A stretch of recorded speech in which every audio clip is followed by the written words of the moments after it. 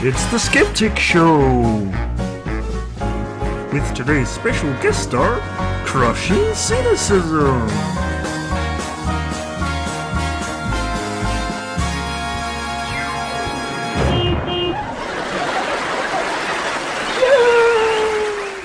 What we demand is solid facts. No, we don't. That is precisely what we don't demand.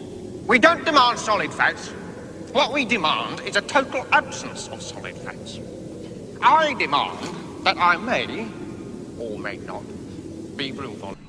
Of the many unpopular positions that I hold on various topics, the one that seems to cause the most consternation and weirdly delight in some quarters is the hostility that I hold towards philosophy.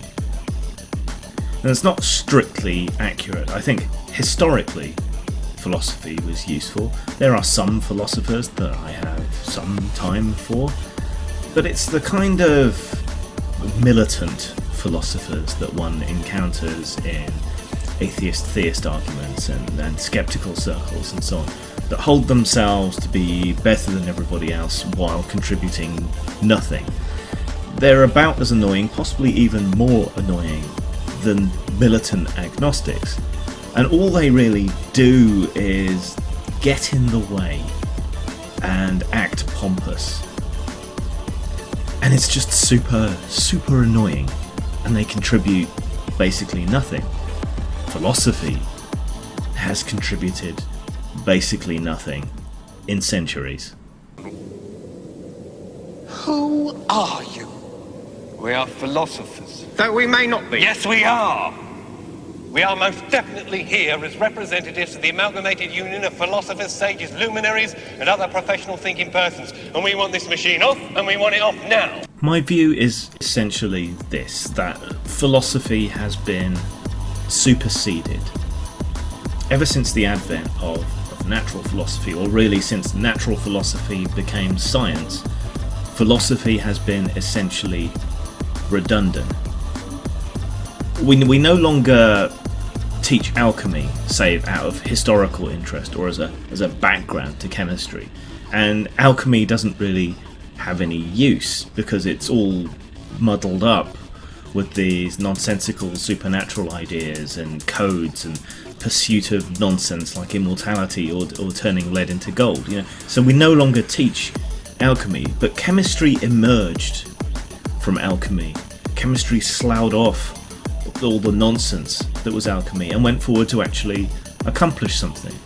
You can say the same about astrology. People used to measure and look at the stars for nonsensical reasons because they believed that you could read some kind of fate into it, and then astronomy grew out of that. Well, in a similar way, from pondering the world, pondering the imponderables, science emerged. But science can actually give you answers.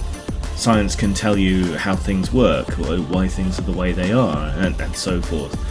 Through science, through methodical natural philosophy as was, science as is, we can actually answer questions about the world. But philosophers seem to be hostile even to the idea that you can know anything. It seems to be utterly in the grip of postmodernist nonsense. Well, what's the problem? I'll tell you what the problem is, mate. Demarcation, that's the problem. We demand that demarcation may or may not be the problem. You just let the machines get on with the adding up and we'll take care of the eternal verities, thank you very much. By law, the quest for ultimate truth is the inalienable prerogative of your working thinkers. I'm interested in what's true, I'm interested in what's useful, I'm interested in answers, but I'm unwilling to settle for answers that are merely asserted, as one finds with religion. But increasingly we seem to find philosophers propping up religion by questioning the status of anything and everything, by questioning the scientific process itself. And yet it's constantly being proven. Planes fly, computers compute, we are communicating, you're watching this over devices that operate through things we've discovered through science. This is really unquestionable, save as an act of intellectual masochism, I suppose, to bring everything into doubt for no explicable reason. The real reason seems to be they want to justify the fact that they've spent all this time studying philosophy. People study all kinds of things that have no practical use. That's part of the fun of studying them, but to then pretend that it's relevant or useful seems to me perverse, weird, self-aggrandizing. I make games and write fiction. It means basically nothing. These things are fine to do for fun, but to pretend that the entire world hinges on them seems to me a little stupid. Which isn't to say that things going on in the world can't be reflected in the imaginary and the fun, but philosophy is not quite the same thing, so the comparison isn't entirely valid. I mean, what's the use of us sitting around half the night arguing whether there may Or may not be a god if this machine only goes and gives you his phone number in the morning? That's right. We demand rigidly defined areas of doubt and uncertainty. There's an arrogance to philosophy, or at least to the kind of philosophers that you meet online as well. They tend to claim that anytime you do any pondering about the implications or the nature of anything, that you must therefore be doing philosophy, whereas I would say that if you're actually looking for answers, if you're seeking to accomplish anything in that field, or if you have accomplished anything, then you're doing science, not philosophy. So that's a problem. They're just aggravating, annoying people who just get in the way for the sake of getting in the way and provide excuses for all manner of horrendous modes of thought and stupid ideas that people hold.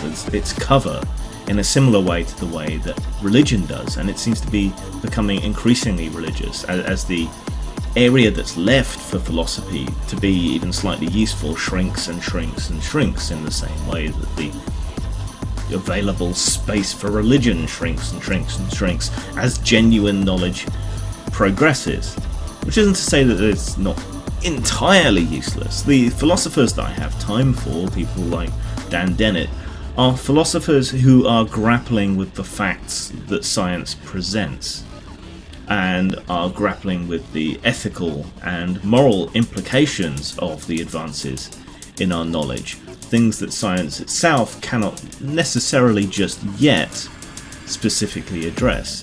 And the few scientific methods that we do have to examine these things, such as sociology, psychology, and so forth, are still very primitive. They're still in the alchemy stage themselves and are rife with bias and activism. So yeah, that's one of the few areas in which philosophy can still be actually useful, but it still can't really give you any answers. For that you need science. So how about that? Stick to those areas. The implications that come from advances in genuine knowledge, and how we should act around that in the future. But understand that you can't actually give an answer. The only means that we have for answers lie in science, and stop giving cover to bad ideas. Some at times it's just time to move on. Old ways of thinking and doing things are passed by. And if you think I'm wrong, tell me something that philosophy has accomplished since the Enlightenment, when natural philosophy became science. Zang. Bloody hell. Now that's what I call thinking. Yeah, Broomfondle, how come we never think of things like that? Dunno.